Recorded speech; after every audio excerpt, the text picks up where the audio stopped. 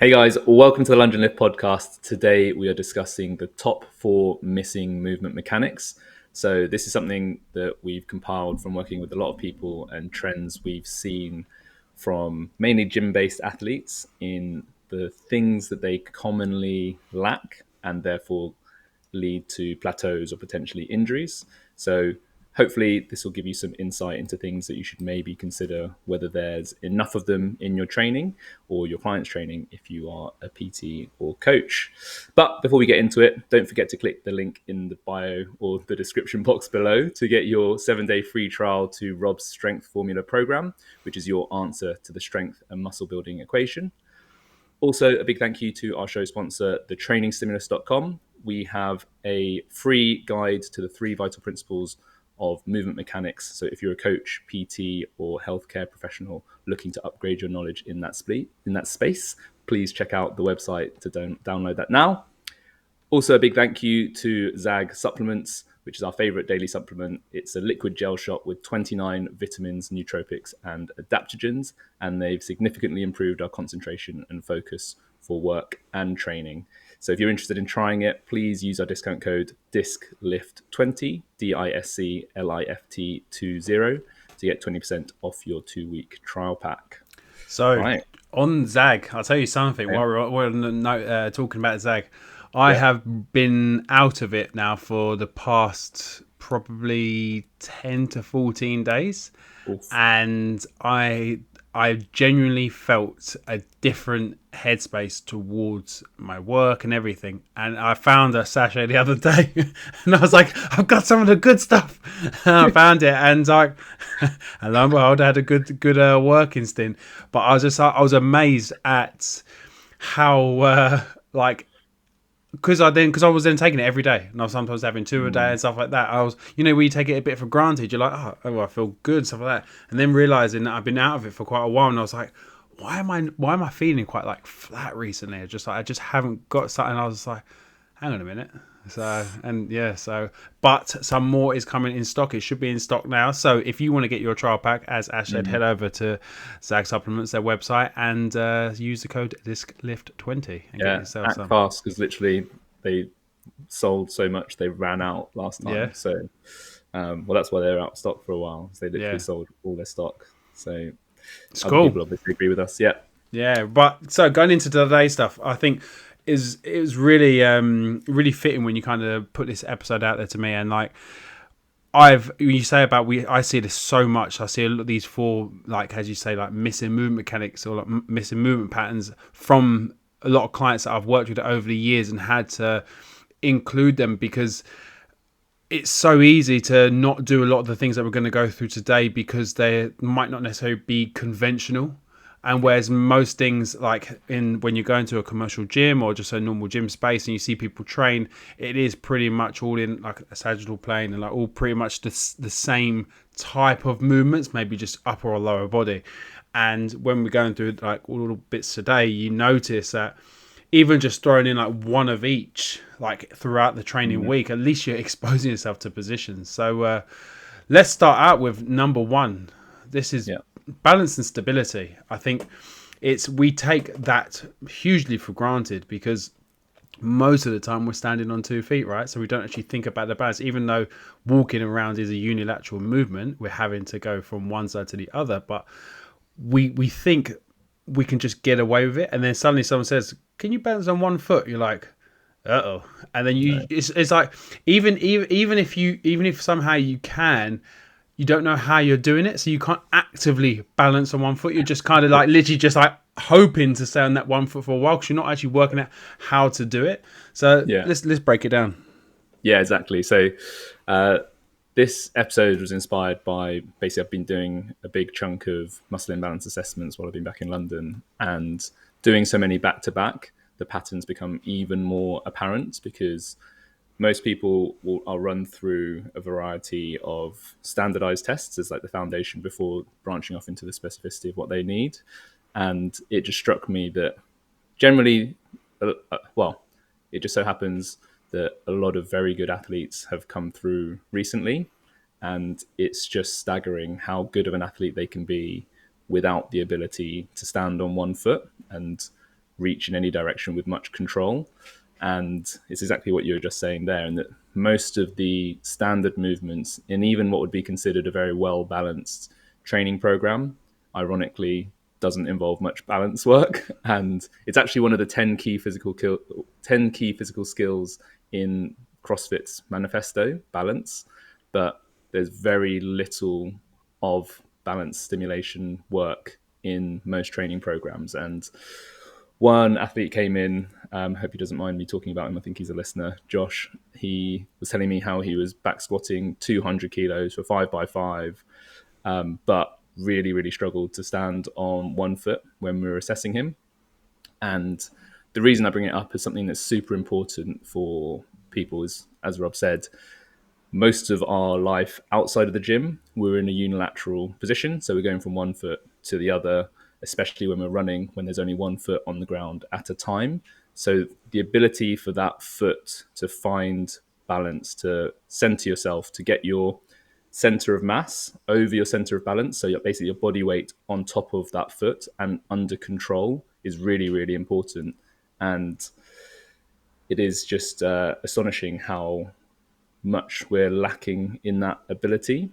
And I think to sort of just emphasize how important it is, if you think about your foot as the first point of contact with the world, it's got 26 bones and 33 joints in it, each of which is built to move for a good reason, to absorb the impact of your foot hitting the floor, to adapt to whatever surface you're landing on or whatever position you're landing on, and then dampen those shock waves and vibrations so that they don't have to go upstream. But if your foot is not very good at doing that, that shock wave will go up into your knee, it'll go up into your hip, it'll go up into your lower back. So we're having to do so much work in every part of your body, which is above the foot, which is all of it, which could be just dealt with effective shock absorption, which starts with fundamental balance. So I think you can't underestimate how impactful this can be. Like even upper body injuries, like shoulder injuries, and even elbows and golfer's elbow, tennis elbow, those sorts of things can be massively impacted by building better balance. Because, for example, golf and tennis, you're standing when you're hitting the ball. So that shock wave is going both ways, from the ground up and from the hand down. If you can deal with those shock waves and find balance on the floor better, you're just going to have less work to do everywhere else in the body. So hopefully that sold it enough for people to buy into some balance work. I think if you mentioned about it being as part of the CrossFit's physical traits and CrossFit's physical skills. And I think I've kind of mentioned this before, and I think things like this, the reason why I think they're not often utilized and considered within programming is because, one, the intensity is too low. So people kind of feel, because they have to work so hard to kind of do like 6 reps. Just imagine like a single leg deadlift, like a body weight single leg deadlift, maybe trying to tap your toes or reaching forward, whatever you're going to do. 6 reps will take you potentially, say, a minute, right? To maybe more, maybe a bit less, but say a minute, because you're struggling to do them with any type of control. And the intensity then is so low that people don't see necessarily the value in like, why am I doing this balancing thing? Like, I'm not here for like Pilates or some shit like that. I'm here to fucking get a barbell and work hard. But then on the flip side to that, obviously it should go into the coaches and like the boxes, head coaches, like arsenal of, right, our clients, our members need to be doing this. So do the coaches know how to coach a single leg exercise, like say a single leg deadlift? Do they know how to coach balance? Because it's all well and good saying stand on one foot, but if you don't know how to execute, say, a single leg deadlift effectively, it's going to be really hard to coach a room full of 20 people that will most likely, none of them will be able to do it really well. Maybe a very small portion of them will be able to. So it's one of those type of things where we'll do, okay, let's do some step ups, single leg. Or, and like that will cover, or lunges. Okay, cool. That will cover the single leg portion.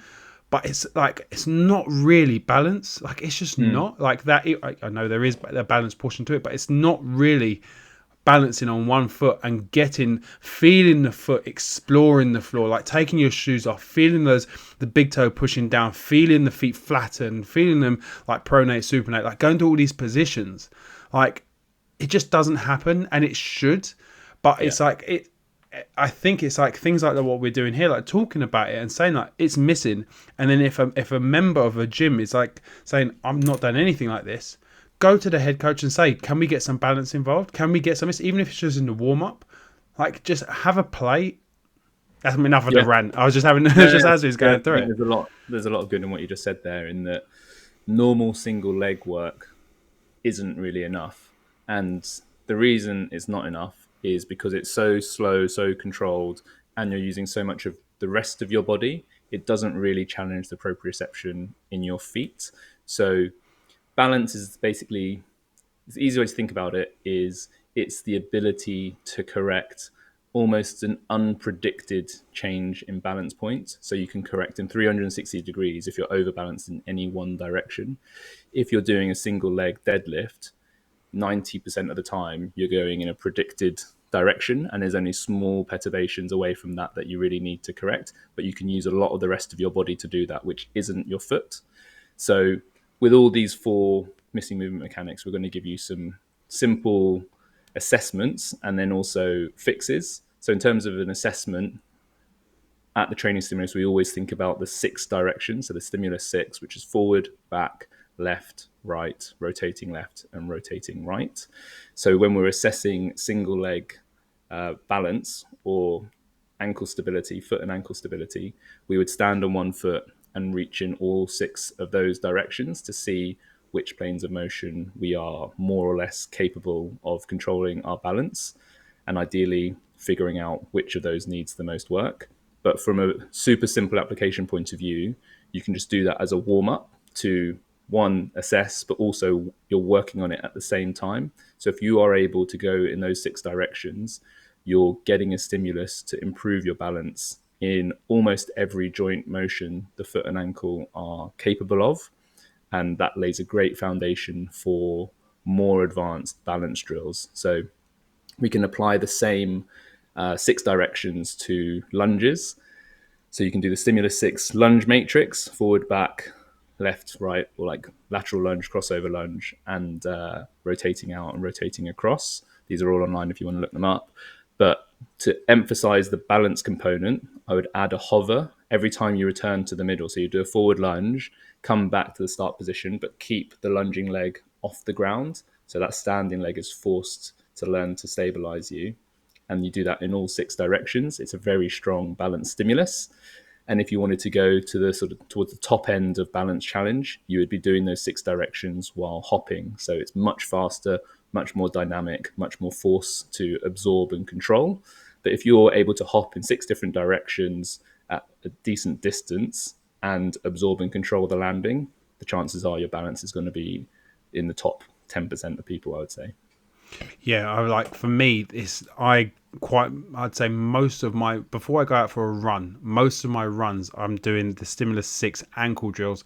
I'm doing some like light tier plyo, so like a lot of bouncing in the multiple directions, just getting myself ready for the run ahead. Because something that I found is where I've been introducing running into my training in quite a steady fashion, I've been paying a lot more attention to those kind of drills, because I know if I don't, the stress on my body will, because of being a heavier guy running, is going to become apparent very quickly. And touch wood, I've been in a good state at the moment. One of that is obviously progressive overload. I've been steadily increasing my running, but also I feel personally that I've gained a much better awareness of how my feet feel. And then when I then go and put my running trainers on, which unfortunately are like cushioned to the max, at least I know I've kind of primed my feet and my ankles and everything to be able to move in the direction they want to, even with all that, say, extra comfort and lack of stability I've then got these trainers. But yeah. I've been a big advocate of it, and I think they've massively helped me just in something like running.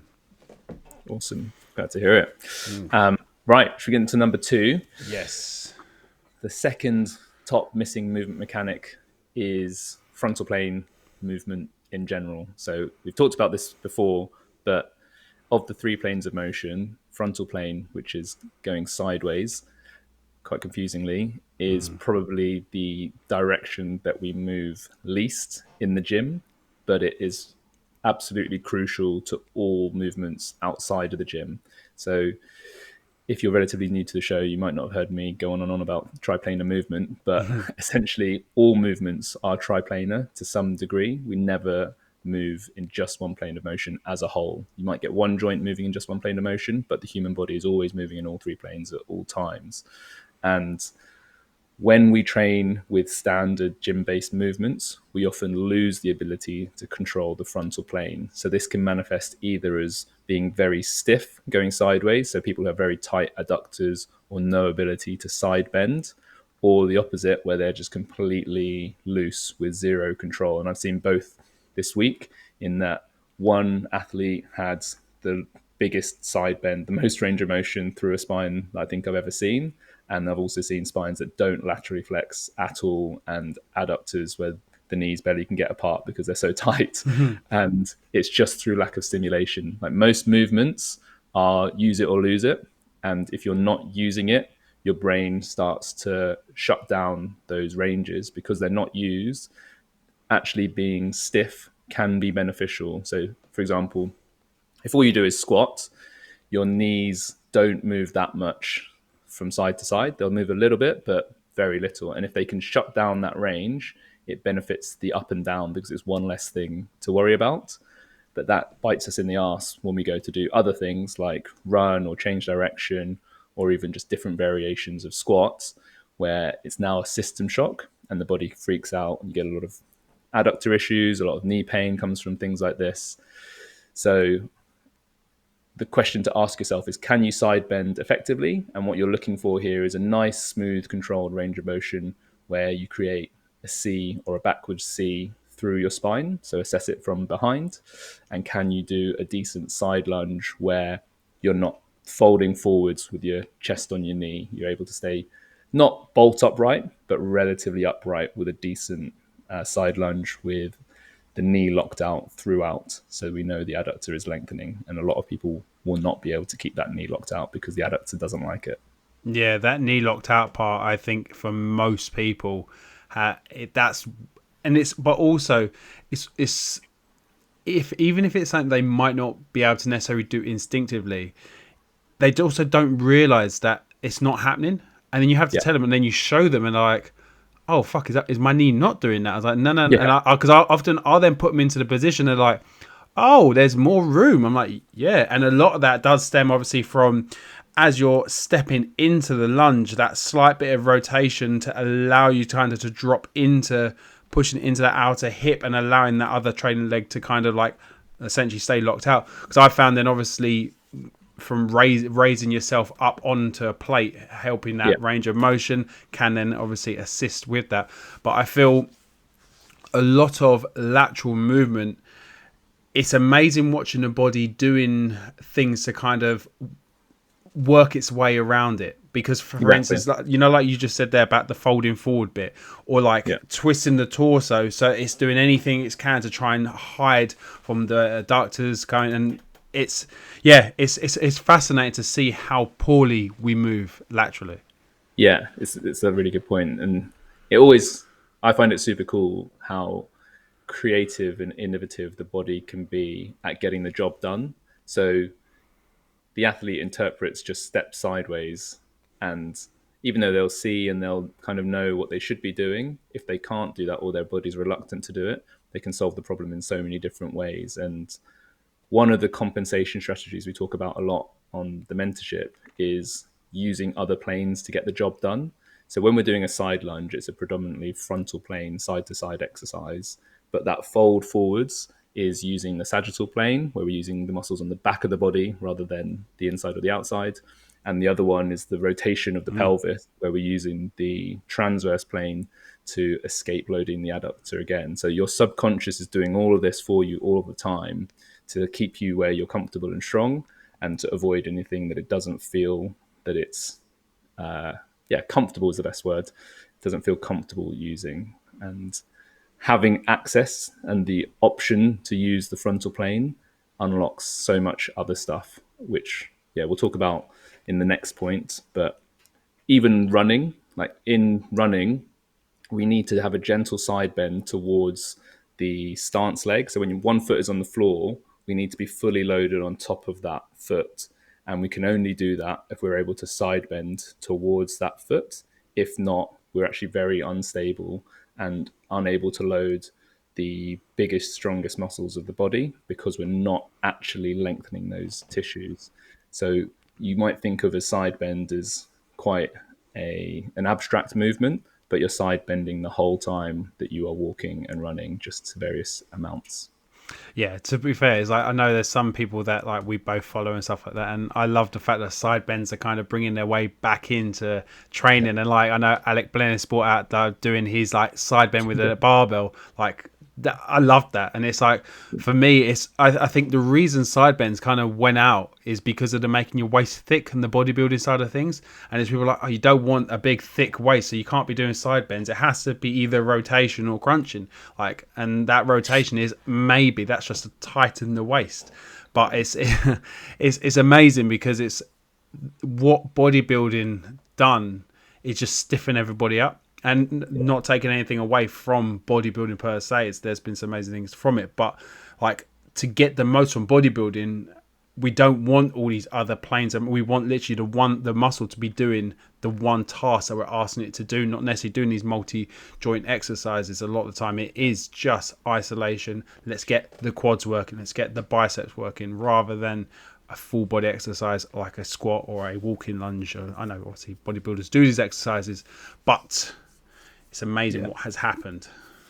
Yeah, exactly. So just to give you some practical fixes, so the assessments of the side bend and the side lunge in their simplest form, there's obviously a lot more detail you could go into, but just as a nice starter for 10. And to work on poor frontal plane motion, a side lunge holding a plate overhead would be my go-to. So start with a smaller range and just make sure you're ticking all the boxes that we talked about earlier. So you keep the knee locked out, you keep the pelvis square, stop it rotating, and you stay relatively upright. You'll have to hold a plate overhead, otherwise your shoulders will get fried. But if that's really, really challenging for you, you can do what we call a static side lunge, where you're just in a wide stance and take out the stepping component of the lunge, where you just slowly squat on one leg, keeping the other one straight. And the key thing to focus on is on the straight leg, pushing that hip down towards the floor, which should intensify the groin stretch. A lot of people will actually keep that side of the pelvis high, which means that adductor doesn't lengthen, which is one of the key objectives from doing a good side lunge. So that'll be number one for the lower body. For the upper body, super simple one, side bends. I actually prefer holding a plate overhead compared to suitcase loaded like that barbell Blennis exercise you're talking about, just because you get a little bit more bang for buck. You'll also get your lats as well as your obliques and your glute med getting a nice bit of length. And that's what you should be looking for when you're doing that exercise, is nice even contribution from all three of those muscle groups and even curvature of the spine rather than a very sharp angle at one intervertebral joint. So if you can film it or get something to look at your spine from behind, going super slow, almost like a Jefferson curl or the spine segmentation stuff that yogis do when you go disc by disc, vertebrae by vertebrae. Start with your ear going towards your shoulder and then curl over gently to one side. Hopefully people are watching on YouTube Yeah. to see me act this out as I go through it. But that would be number two. And if you wanted to go for whole hog, train track walking lunges Yeah. are probably the best way to integrate this into more functional, useful patterns where you imagine your feet are on train tracks and they can't come together. And you just take nice normal length forwards, but super wide lunges. And if you want to turbocharge it, you can add the side bends in with the train track lunges. But a lot of people will find that very demanding. So one to work towards rather than start with, I'd say. So for me, like the turbocharged train track walking lunges with the side bend is for me you that exercise there is when I see like the triplanar lunge type thing. For me, Yeah. that is the exercise. It's Okay. the lateral lunge with the reach over, and that's yeah, that's the Ash Grossman special for me. Yeah, it's when just on the side bends, it's amazing to see. Like even from myself, when I've watched my spine try to bend, and also like how my body then, as I've said earlier, like kind of has to work around it and not actually want to bend. It's actually my head just Yeah. moving sideways. I'm like, Mhm. oh, I thought I was bending. No, my head just going horizontal, but my spine isn't moving. And I like what obviously you said there about like the Jefferson curls, the spine segmentation part of kind of working your way from the top and down. Yeah. And I remember asking you about this back on the mentorship days, and it's like, is there an issue with the hip going as well, or do you want to try and keep that hip nice and locked in place, like doing it seated with like a foam roll in between your legs, or should you be trying to incorporate both? None of them are wrong. That's quite an advanced question in that it depends what you're trying to get out of it for a specific person. So there are situations where you would do all of those variations, and there are situations where you wouldn't. So just to make that a little bit more real, why would you allow the hip to go? One, to make it a more full body integrated movement. So we're working on the global side bend, which means we're teaching all the body parts to work together, which most of the time is better. But if somebody is unable to side bend through the spine, but they are able to adduct the hips and the hip outside the knee, and they have a big compensation in overusing their hip. So, say somebody's got a really overworked glute med when they run, which is quite common. It might be because they don't side bend through the spine very well. And that would be a situation where we would sit them on a box to prevent them using the hip as the compensation and almost force the spine to side bend. But force is probably the wrong word because with the spine, we never want to, like, it's probably the body part where we need to be a little bit more delicate because it's so important. It's more likely that the body can react negatively. Like if you listen to our back pain episode, we talk about this in a lot more detail. But because the spinal cord is so important for our survival, our body is much more sensitive to it. So if you are too aggressive in loading your spine or moving it too far too soon, you might get a back spasm. And it's essentially just an early alarm system to say, well, this seems dangerous. Let's not go any further. Let's lock everything down. So encourage the spine to move more is how I would phrase that rather than force. Yeah, and the main reason I say that is because it's like I remember doing an assessment on myself and like looking at how my spine was moving, and I'm noticing I was just shifting mainly into my hips rather than actually having my spine laterally flexed. And this is for me why I I think if you're going to do an assessment on yourself, because we're talking about these things and we're trying to see how much, say, T spine mobility have we got, and it's the things to maybe look out for is, are your hips shifting massively to the side and you're not actually getting that much lateral flexion, or are you not actually moving at all and is your head going, like I was saying that I did as well. They're two workarounds that your body's going to kind of show you to kind of make you think you're performing the exercise to the specifications that we're laying out here. But they're also telltale signs of, okay, what's maybe not working that we can then kind of target on. So that's why these type of things is, because I remember then when I went to you with this question, it was, you were saying, okay, that's actually you were saying to me like, okay, cool, that this is your spine isn't wanting to do that, so then actually then do the seated one. So we was able to then look at the two and actually see then how much movement I had. As okay, cool, Mm. I was okay. I just then had to kind of slightly reframe the full body integration of the movement and move slightly differently. So Yeah. talking about T-spine, Hmm. moving on to the 3D T-spine. Now, what do you Yeah. mean? We're supposed to be moving in all directions? Yeah, exactly. So very linked to the first and second point. The thoracic spine is best thought of as a gimbal. So if anyone's seen one of those handheld devices that are popular for cameras now, or they've been popular for a long time, just even from the big shoulder mounted TV cameras, gimbals were around for especially sports. It's basically a device that keeps the camera relatively still, even though the user might be moving, and smooths out the footage. Our T spine is the gimbal for our head.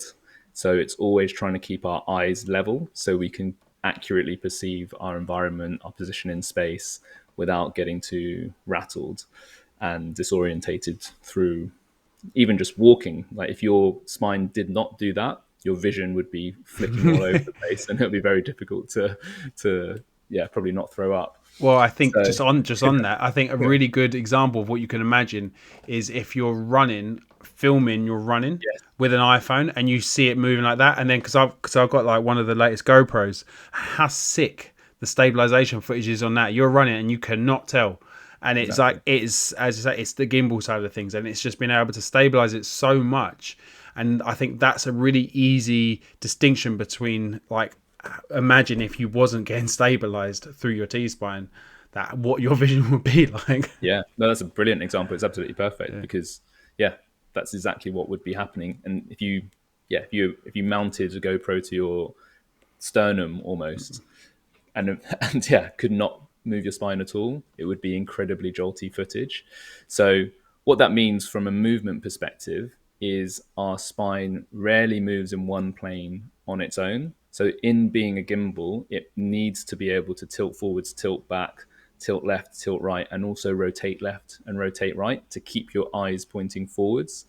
But because we often don't give it that stimulus, we often lose those abilities. This is another pattern I see time and time again with people who've done a lot of barbell work, where we're essentially limiting the directions our spine moves in, if it moves much at all. It's very common for weightlifters, powerlifters, crossfitters to have very, very stiff thoracic spines because in a lot of the movements that is adaptive. But for things like walking and running and playing ball sports, it's very bad for performance because you're missing range of motion, you're missing the ability to turn. And the transverse plane, turning, is the most powerful plane of motion. If you think of any huge sporting output, like throwing a javelin, hitting a golf ball, hitting a baseball, they're all primarily rotation focused. And that's because turning lengthens the biggest, strongest muscles the most in the body. So it's really important that we maintain the ability to rotate through the thoracic spine, as well as the side bending that we just talked about, as well as the flexion and extension.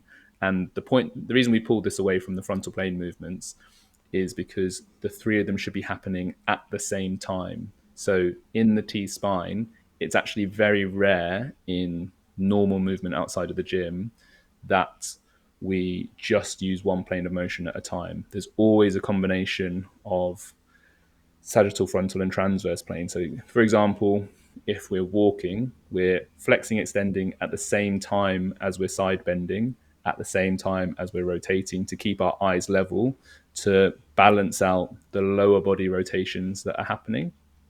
And then when we step onto the other leg, we do the opposite three movements to keep the head level when we're standing on the other leg.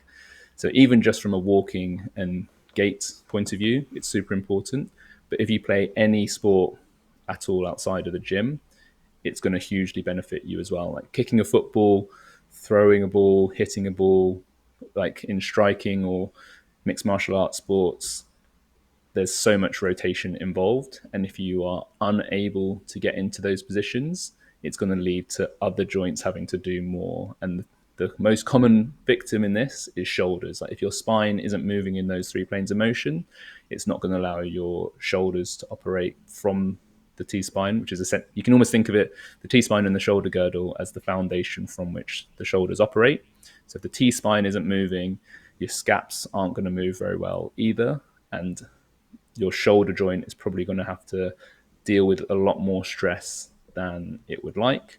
And this eventually ends up affecting your normal your bench presses, your shoulder presses, your pull-ups as well, because there's a couple of players on the team who aren't contributing as much as they should. So that's the sales pitch for 3D spinal movement.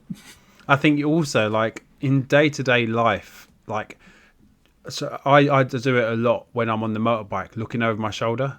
When you're reversing in a car, how looking over, like, and it's funny because I'm sitting in a office chair which swivels, which means I'm lazy because you don't need to now rotate anymore because you just rotate the chair. But if you're talking to someone, you've got to look over and you realize, fuck, I can't actually rotate that much. And it's like this is it's so important, the functionality of your T spine, because when you're being chased by a gorilla, or like the zombies when they're coming after you, you have to be able to look over your shoulder to see, cool, how much further am I in front of the person behind me, so they get them, not me. So it's really important. But yeah, like, I mean, the T spine, I find it as well, like from sports like cycling and like day to day, obviously people in an office at a computer desk and stuff like that, it gets so locked in place that then it lacks so much movement. And now, as some ways to get some movement back in that, what are some exercises that can really open it up? And yeah, start with that. Yeah, great question. So in terms of how to restore this triplanar T-spine movement, the classic go-tos would be wood chop exercises. So either a high cable or a low cable, or a high band or a low band, where we're going almost on diagonals relative to our body. But the thing that I want you to focus on is going from flex to extended, or extended to flexed. So that means arching your back or rounding your back. Also adding that component of side bending. So starting with one shoulder higher and finishing with the other shoulder higher, and also adding the rotation as well. So in a good wood chop, you can create all three planes going from one extreme to the other. And you can also do the same with med balls when you're doing almost like standing Russian twist variations, or throws from one side of the body to the other. Imagine like a low to high rugby pass type movement. You can do that with the medicine ball as well. There is one key caveat though, and that is if you're really locked up through the spine, heavy loading or high speed is not the way to teach the spine to rotate more, for the same reason we discussed earlier. The spine feels threat and will actually stiffen up, and your body will just rotate from somewhere else, which isn't a bad thing. Like, it's good to get your hips rotating as well. But if you're looking to increase the amount of movement, generally slower, more relaxed variations are more conducive to improving mobility. So generally, seated or kneeling is a really easy access point to teach the T-spine to rotate a little bit more, and then progressively start loading it to use those new ranges of motion, rather than trying to force yourself in there too aggressively. Yeah, things like pulses, reaches, like getting, like you say, like nice, steady, smooth movements. Okay, I thought it was bad sneeze. So I mean, like for me, that I've noticed from when I was trying to add a little bit more lateral, like rotational, like basically getting my 3D T spine work in, that I kind of jumped straight in at the deep end, because I was like, well, I have movement, I'm cool, but I didn't realize how much I'd kind of in a way like seized up in a way, and I kind of went straight into some like wall ball throws, and I was going that tree and it was purely because like I saw Chris Speed doing it, and I was like, and I was like, do you know what I love? He's been doing a lot of good like plyo work with wall balls and like movement patterns, and I'm just like, I was like, I'm seeing these exercises, I'm like, I'm watching how beneficial they're going to be for the body, and I jumped straight into doing one. I was like, oh, a little bit too much there. Let's kind of ease back in, and I just kind of then, rather than throwing, I kind of did the same movement but without the actual throwing nature of it. So I took away the plyometric, that power, and just did the movement, and then I started to free up, and then I was able to actually, and it was all in the same session. It wasn't like I wasn't able to do it. I just eased myself into it rather than going straight to the throws. And so I really do back that point of start steady, just kind of with most things, right? We want to go straight to the end, but it's like, if we do steadily build it up, the body does say, yeah, you're sweet, let's crack on. Yeah, one other thing before I forget on T-spine is breathing is a huge part of thoracic spine. mobility. So especially when you're trying to work on mobility, staying relaxed and doing slow, gentle breathing will help you get into more range of motion. If you are bracing hard, which is a nice segue into our next one, it's going to be very difficult to get into new ranges. Even if you're driving that motion, your body, your muscles will tense up, which actually stop you going into new range of motion. So an element of relaxation is necessary to free up new range. Yeah, and like as you said, like with that breathing thing, I know there's a lot of those like the PRI drills and stuff like that are getting the rib cage to expand and contract. Like just that movement in itself, it's such a regress movement, just breathing. But so many people who do such shallow breaths anyway that they don't get the expansion of that rib cage, and even if they do it, it's more their chest coming up rather than actually going out at the back as well. And it's that for me, when I was trying to do some drills where I was just sitting still, just getting that rib cage to basically try to move at the front and the back, you realize how tricky that can be if you're not doing it intentionally, and how much when you think you're doing like some good chest breathing and it is just actually your spine is extending, so you're not actually opening up. So that breathing part is key. And I think if you feel like you're not ready to go straight into some movement, start with the breathing and see, and even film yourself. Take your top off, obviously if you're doing it in private, but take your top off and watch your back. See, does your back move? Filming yourself is more than just the Instagram videos and stuff like that. It's like we need it to analyze ourselves, especially if we haven't got a coach, or if we want to have some data for ourselves to look back on, because it really does give you a good insight of what's happening. Because as you've often said, how feelings are a shitty indicator of the truth, because it's like as I said there with the breathing, I think I'm expanding my rib cage when actually it's not. I'm actually going into extension and opening up leaning backwards essentially. So it can be very eye-opening when you regress it back to just a simple thing like breathing correctly, and how tricky that is. And then we start adding movement in, and how much you can really layer each thing upon each other. Exactly. You got to try not to try. And that's the hardest thing to do sometimes. Yeah. Which a nice little segue into number 4, which is training fluidity over tension. So what this one is about is there is a prevailing preference for squeezing muscles, for contracting muscles really hard, for bracing, for holding and trying really hard. But actually for efficient movement, the appropriate relaxation is the other side of the equation, that you can only have a maximal contraction if you also have a good relaxation preceding it. And if we're always in a state of bracing and tension, it actually reduces our maximum power output and also burns a ton of energy, which isn't ideal for any sort of performance. So we mentioned this in an episode not too long ago when we were talking about low tone and trying to stay relaxed. But we're building on that point now to talk about overall fluidity. And the inspiration for this point was an assessment where the athlete was actually incredibly flexible, but very biased towards extension through the spine, because everything they'd done in training was cueing bracing of the spine, don't let the spine angle change. And they'd actually developed a stiff spine to go with a hypermobile lower body, or the rest of the body really. And what that meant was when they were running, they have lost a lot of their ability to absorb shock, because the way that we absorb shock is by joints changing angle, generally flexing. So if you think about your foot hits the floor, your ankle will dorsiflex, your knee will flex, your hip will flex, and actually your spine should flex to some degree. And the principle I want people to take home from this is that the more joints that move in any one movement, the less each of those joints actually has to do.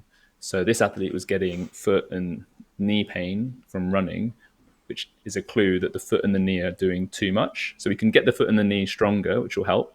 But if the rest of the body contributes more to that shock absorption, then the foot and the knee will have to do less, because the workload is spread across more of the body.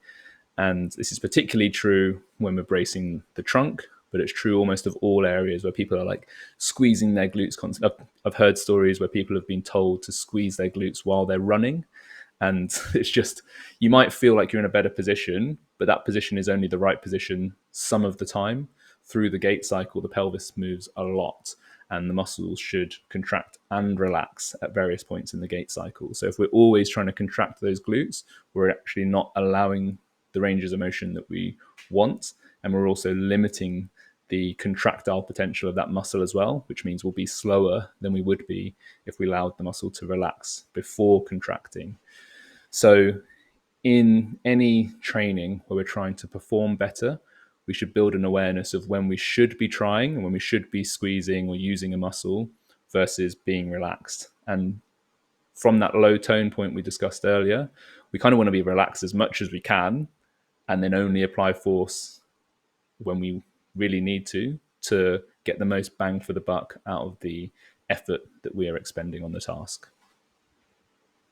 Yeah, I mean, for me, when I think about this, is this really comes into fruition when we're talking about outside of the gym, because I think that's when we start to incorporate more global movements in our training that aren't necessarily just up and down. These sort of things, as you say, it has to be a subconscious movement that everything's working together, working through a movement pattern, compared to, say, if we are thinking about a squat, there's obviously going to be moments where we're not fully braced, otherwise we wouldn't be able to move.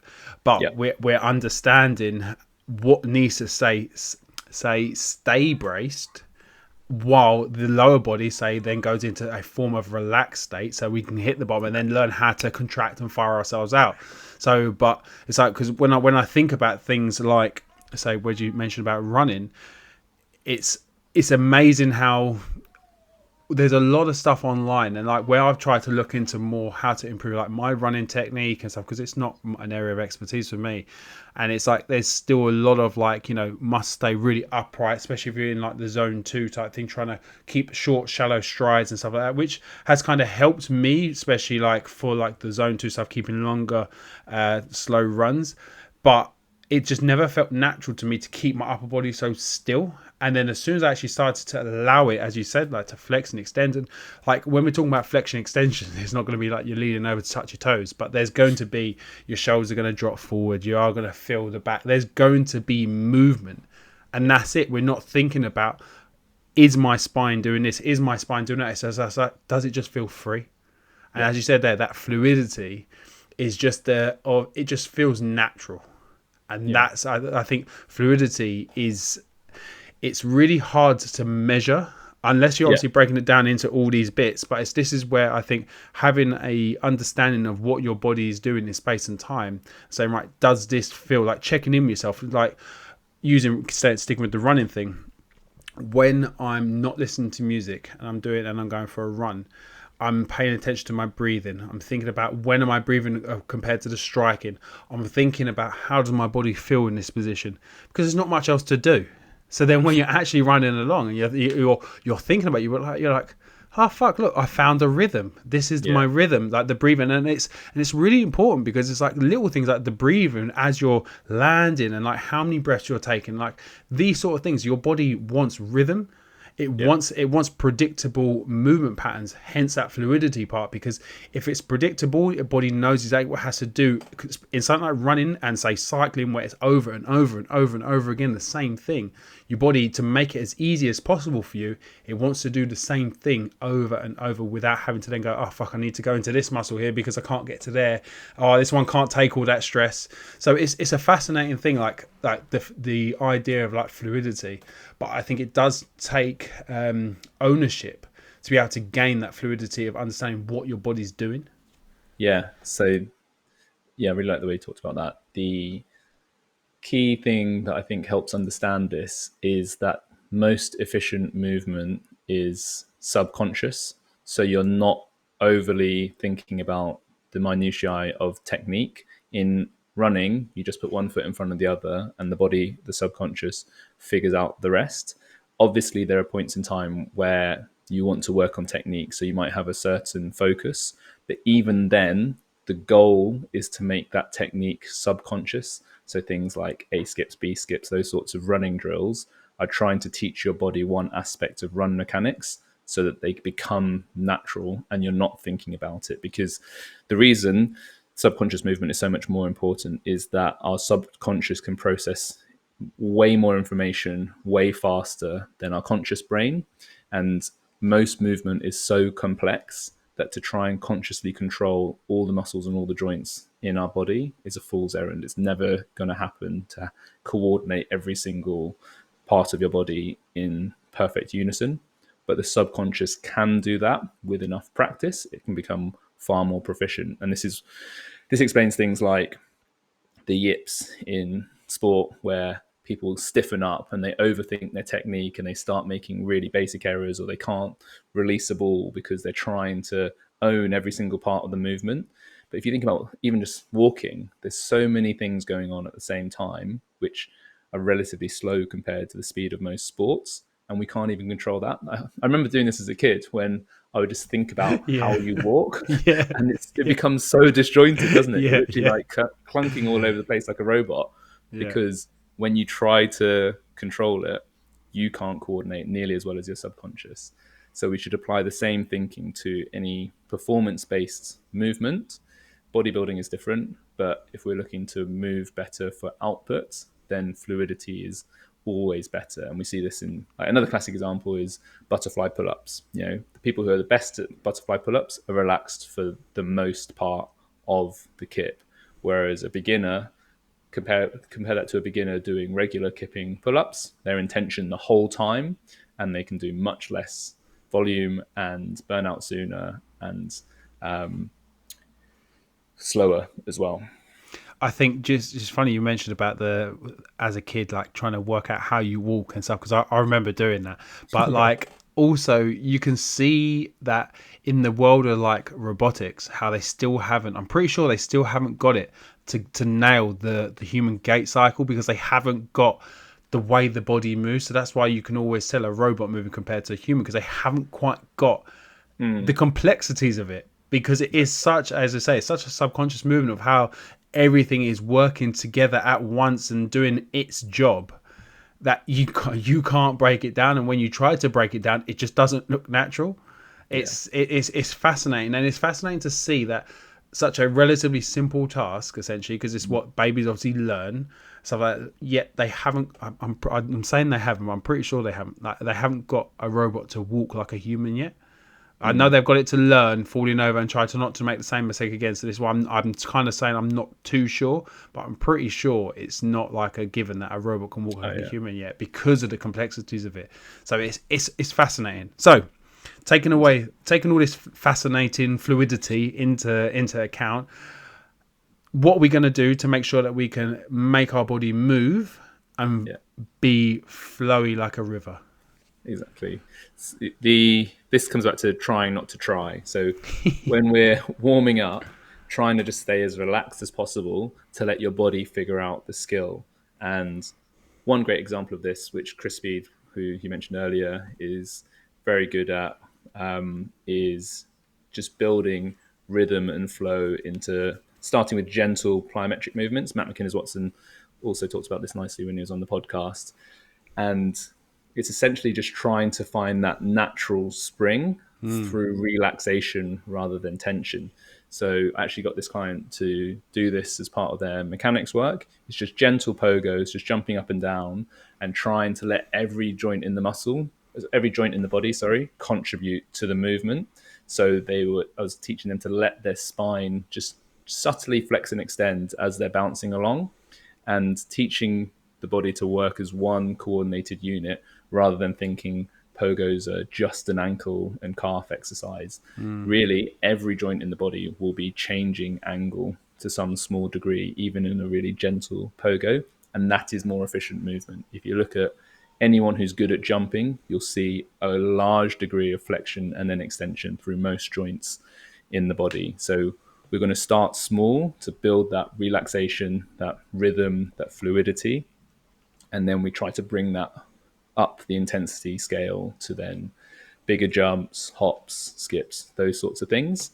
But we can also apply that to our gym-based movements, like we talked about with the butterfly pull-ups. Even things like wall balls are quite a good example of that, in that we're not tensing on the way down. We almost relax to the right point and then pang, like fire the power when we hit the right depth, and learning the skill of when to apply force and when to just use as little effort as possible is a huge win for efficiency. Because you compare time under tension in a wall ball where somebody is putting the brakes on from up on tiptoes, catching the ball, and then lowering all the way down to the bottom of a squat, versus letting the ball drive them down and then just applying the right amount at the right time. There's so much less energy expended through the rep. So there's so many opportunities for this in pretty much all movements. We just need to give the subconscious a chance to learn when to relax, and you'll find that things just almost feels like you're cheating because things become so much easier. Yeah, I think just using that wall ball example, I remember in my early CrossFit days, like struggling to string together more than 15 to 20 reps. And because I just get so gassed out, and it's not because it's clearly nothing to do with my strength or understanding how to do the movement, because I knew how to throw a ball to a target. But it just showed I was just so braced and so unnecessarily tight through the movement to try to execute. And I didn't understand the right amount of fluidity and tension that I needed and the balance in the movement. And now it's just like, it's an aerobic exercise for me now, because it is, you're just in and out, and as you say, that state of flow. And I think what's really important is this fluidity and understanding how to let the body kind of work as one really becomes easier, as you mentioned there, once you've kind of like opened up those 3 prior points as well. You know, you've got the T-spine to start to move, you've moved more in a frontal plane, you've got better balance. The body then starts to understand that it doesn't have to bias certain muscles at a certain time. It can just work together.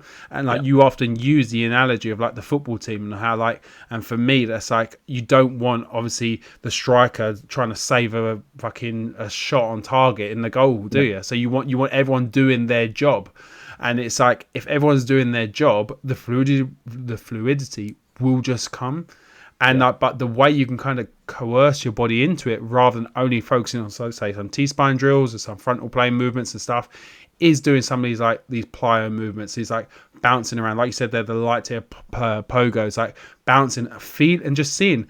I remember seeing a thing on Instagram, and it must have been like a TikTok thing or something like that, and how people trying to skip.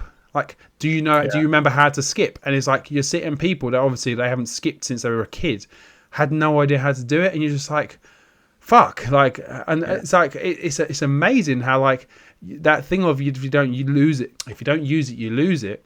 Yeah. It's amazing to see something as simple as a skip. And it's like, me and Hannah was walking the other day with Chloe, and I can't remember where we was. It's like in a shopping mall or something like that. And just watching Chloe just skip down the aisles, and you're like, just imagine if we still did that. It'd look fucking weird, but we'd still be I bet we'd all have great hips, great knees, great ankles, great shoulders, because we're skipping everywhere. The body's moving as one. And like, for me, watching Chloe do all the things that she does without fear of anything and like without restriction is amazing. And you're just like, fuck, this is what you should be able to do. And obviously I know there kids' bones and it's different, but like, as we get bigger and older, we lose a lot of that because we don't use it. And it's like, these sort of movements and stuff like that, our body is essentially born to do, because it does it. We just lose it because we don't access that. And it's that, but the way we can kind of get back into it, and we've mentioned this in prior podcasts as well, is incorporating play at the start of your workouts. You know, rather than a rigid warm up. Yes, you might have some movement mechanics to work on or whatever like that, but introducing play into your training at the start, and just moving in different positions, and kind of not having too much of a specific thing, like just like 5 minutes move, like maybe with a wall ball. Like throw it, catch it, like bend with it, just do something for 5 minutes and just keep moving in all different planes. And it doesn't matter how many reps or sets, or just move for 5 minutes and just see how you feel. And if you get stuck with movement, that's even fun. It's in your learning. Okay, how can maybe a slight bend with a rotation? And this is the thing, because once you've kind of done your 6 movements, you start to get thinking like, fuck, what else can I do? And that's when the creativity can come, and that creativity leads to you accessing positions that you may not have accessed in a long time. Yeah, I really like what you said there, that it's not just use it or lose it. I think one of the points I wanted to make in this section was we're actually training it out of our bodies as well. Yeah. So it's not just the neglect, it's also the counterproductive training that we do. So by Do you always do? bracing, by all, yeah, all right. Sorry. um, not just the lack of these movements, we're actually training the opposite. So we're embedding stillness in a lot of joints, and we're not allowing motion, like anti-rotation core training. We're actually training our spine not to move. Yeah. That's exactly what's happening. And that isn't, unless you are an elite competitive powerlifter, I can't think of many situations where I think that is a great idea.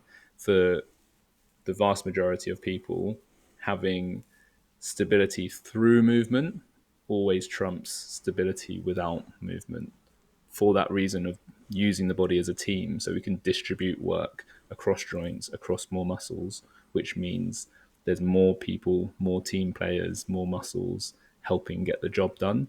Whereas anytime one joint doesn't move, it's not contributing anything to the team effort, and that is a recipe for overloading the guys that are actually doing some work.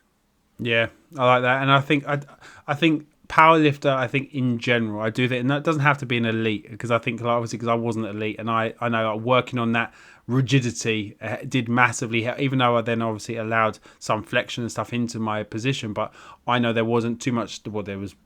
I tried to zero flex when I squat, so because I was trying to maintain such a rigid torso, but like I think yes, where most of us aren't training to be powerlifters, that might be Yeah, part of our training. Like maybe we want yeah, to be very strong in the big three, but there's so much more to life than those big three, and that's what we have to remember. So a couple of takeaways from today obviously is that, we need to make sure we're working on our balance. We need to make sure that if we're not getting our balance quota in our maybe class-based schedule, maybe talk to the head coach or throw it in pre-class. Do some drills, do some bounds, do some hops, do some single leg hops and stuff like that. Make sure we're moving sideways.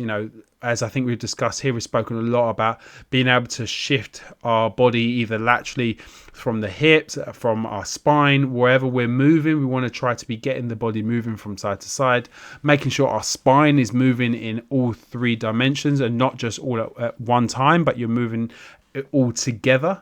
So we're able to, as we mentioned there, about flex, rotate, and bend, kind of all going through that all at the same time. And of course, trying to relax and train fluidity through movement rather than always training tension and stiffness.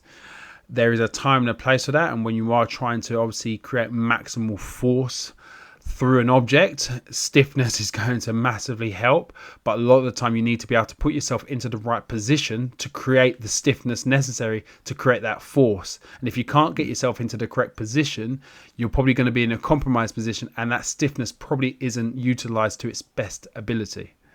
So yeah. I think you said it nicely earlier in that if you're fully braced, there is no movement. Yeah. So there has to be some relaxation to actually move. Yeah. I'm just thinking unracking the squat and brace. Okay, what's happening? So I love that. Absolutely love it. So we really hope that you got a lot out of today's episode. It's for me, I love talking about stuff like this. And obviously, I know it's something that you're passionate about. And for me, it just reminds me of so many reasons why I like to include a lot of these things within my training, or like when I'm programming, I'm thinking about exercises. I do have all of these movement patterns in my mind, and I try to at least target some of them throughout the week. So, and I think it's so easy to miss because a lot of them aren't conventional movements, and this is the thing. So you have to think outside the box. So, as always, if you did enjoy today's episode and you got a lot out of it, and you think, you know what, I'm going to add some of this stuff into my training, we would love to see some of the exercises that you include in your training. Tag us on Instagram at lunge.lift, and we would love to see them. Don't forget, you can head over to YouTube and subscribe, like the episode if you did, share it obviously if you think someone's maybe like a stiff individual. obviously in the gym, and we want to make them nice and loosey-goosey outside of the gym. Share it with them. If you did enjoy the episode and you're on Apple Podcasts, leave a review, and Spotify, I think you can leave a cheeky 5 stars there. We'd really appreciate that. Also, as always, thank you to our show sponsors, Wit Fitness. If you want to head over to wit-fitness.com for all your Wit kit, you can use discount code LL15 to save yourself 15% off your purchase. And also Hydro for your blood flow restriction apparel. You can use code LL20 for 20% off. So thank you very much, guys. We appreciate you every single week, and we'll see you next week. Thanks, guys.